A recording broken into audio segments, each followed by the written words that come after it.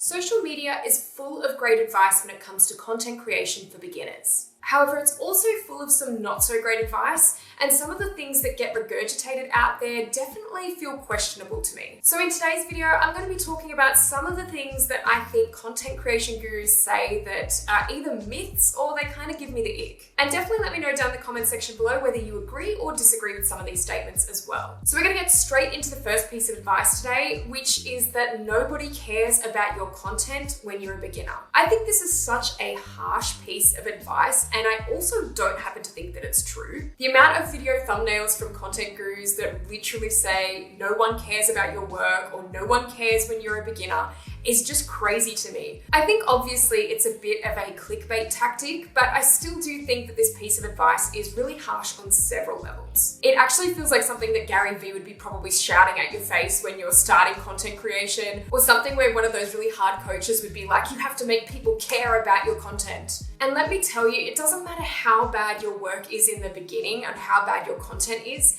there are always going to be people out there who care about your work. I know that can feel hard to believe, but I think if that wasn't the case, then none of us would have ever gotten any subscribers. You're probably self-conscious about enough when you're starting content creation, and especially with filming videos on YouTube. If you've never done that before, it can be a really intimidating thing to do. And I really feel that this is one piece of advice that you don't need to add to that self-conscious factor. I really think in the beginning, as a content creator, you need to make content as if people are already watching. And I think the way to do this is to know that there are people out there who will care about your content. You really just need to find that right audience that does care. And that's really what I would rephrase this piece of advice to. It's not so much about your content sucks or the fact that nobody cares about your content. It's really just finding that audience that does care. It's kind of a mean statement, and I don't agree with it, and I think that it's a really old piece of regurgitated advice that a lot of content creator gurus actually use just to get clicks. Moving on to the second piece of advice, and this one's a little bit hard to describe in one sentence, but it's all about content gurus' one-size-fits-all productivity strategy. Now, you might have seen a lot of content creation gurus doing productivity videos, and I think it's totally fine when they film videos talking about their own types of productivity strategies that they personally use to kind of get ahead with their work and what works for them.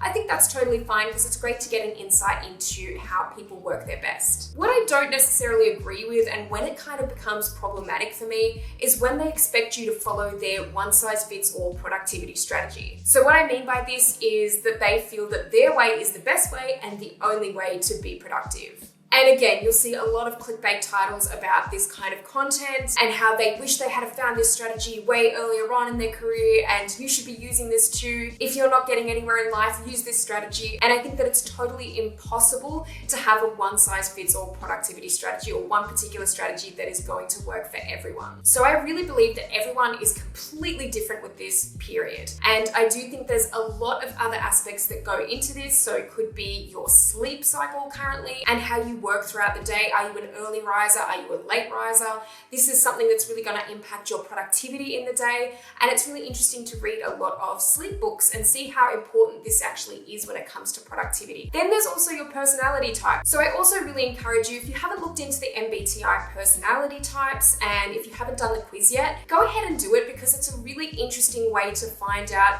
a little bit more about your psychology and your own personality type. It's really just interesting to find that kind of content out and to see where you might sit on the scale for productivity and how certain things could help you out better. For example, some people are much better at being very, very focused on one particular subject for a considerable amount of time, whereas other people, like myself, get distracted quite easily, and I generally need a bit of flexibility with what I'm doing during the day so I can kind of float from task to task if I can, or maybe shift my focus during the day because my focus isn't always that great. Either way, I really do think that health and lifestyle do come into this with productivity, and it's impossible to be one size fits all with it. It really needs to be a tailored strategy. Another thing that kind of irks me when I see this kind of content posted to YouTube in particular, but also Instagram actually a lot, is how to go from like 0 to 100,000 followers in a month or something similar to that. Again, I think it's very different when content gurus do this in the sense of how they went from 0 to 100K followers in a couple of months. Or for example, their journey to doing that. I think that's a little bit different. But when there's set strategy content on how to get from 0 to like 500K followers in a year, I just think that it is so unlikely, and the amount of people that this would actually happen to is so minuscule. I think again, it is really clickbait kind of content, and it is to get you thinking that of course it's achievable to get that many followers in such a short amount of time.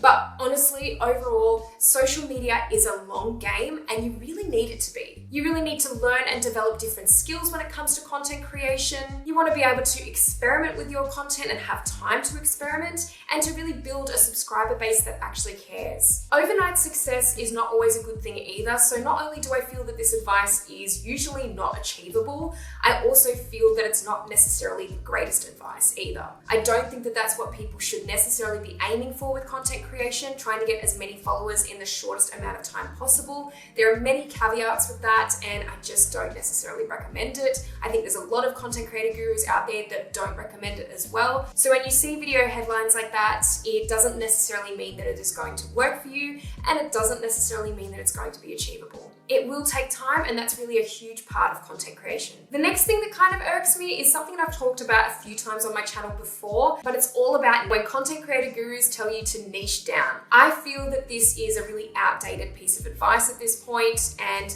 I also feel like it's something that makes you feel like they're trying to fit you into this little box. Now, I don't know about you guys, but personally, when I started content creation, when I started freelancing, I did it to have more freedom with my content. I did it to have more freedom with my lifestyle and my job in general. And I don't necessarily want to be boxed into one tiny little niche. And like I mentioned, I think that things have changed, especially in previous years with content creation. It's really good to have a couple of different niches going on, whether you have a couple of different niches under the one umbrella or one account, or whether you have several different accounts with different niches. I think that either way, it's a good idea to do this. So not only a lot of the time with picking one singular niche do you not have a lot of flexibility with the content, boredom can also start to creep in over the years, and you may not have as many opportunities to diversify with what you're doing. So I do feel that, as I said before, it's good to have a few different niches. Feel free to go and check out my other video that I have filmed recently on this, where I talk about niches and why you shouldn't niche down. And I just feel like it's a really outdated concept that probably needs to stop. Now, this next point is more of a personal ick for me, and it's really just the word hustle in any phrase or context. I don't know what it is for me, but that word irritates me to no end. And I think because it really just gives that impression that you are always going to have to be hustling with it. You're going to have to always be working hard at it. You're always going to have to use every little bit of time in your day to make this work. And I just don't enjoy the word. But I also feel that hustle culture has really turned me off the word in general and everything that kind of surrounds that. I know that there's a lot of content creation gurus out there who are also productivity experts, and I think this word gets thrown around a lot. I feel that it can be kind of toxic as well. Hustle culture in general is not necessarily a good thing. Another word along with this that also kind of gives me the ick is the word motivation, which I've talked about before on my channel too. And I do think a lot of content gurus will really talk about these words a lot interchangeably. And I just feel like with either one of these words, they kind of imply a bit of a toxic attitude to what you're doing. I don't think that everyone has motivation or can spark motivation at a minute's notice. I don't think that that's always something that can be done. I think inherently a lot of the time we are unmotivated, and we should be allowed to be unmotivated at times. So I think that there's a few things that come along with these words, and I think more so the culture surrounding them more so than the word itself. But I do think that hustle seems to be one that's on its way out anyway. I think people are really starting to realize that hustle culture is becoming problematic and has been problematic in the past. I feel like these words are almost intended to work us all into the ground until we're completely burnt out. So that's why both of them are just not great words to me. All right, everyone. Well, I really hope you enjoyed this video, and if you liked it, please give it a thumbs up. And if you haven't subscribed to this channel already, make sure you do, because I'll be posting a lot more videos like this one. Let me know down in the comment section below if you agree with any of these statements or what I've been talking about today, and if there's any other pieces of advice that you really don't appreciate from content creative gurus, so I can remember that in future when I'm posting videos. but anything in particular that you feel is a bit toxic or potentially not helpful to your journey, I would really love to hear in the comment section below. Also, let me know in the comments what you'd like to see next on my channel, as I'm always open to requests. But thank you so much for watching this video, and I'll see you in the next one.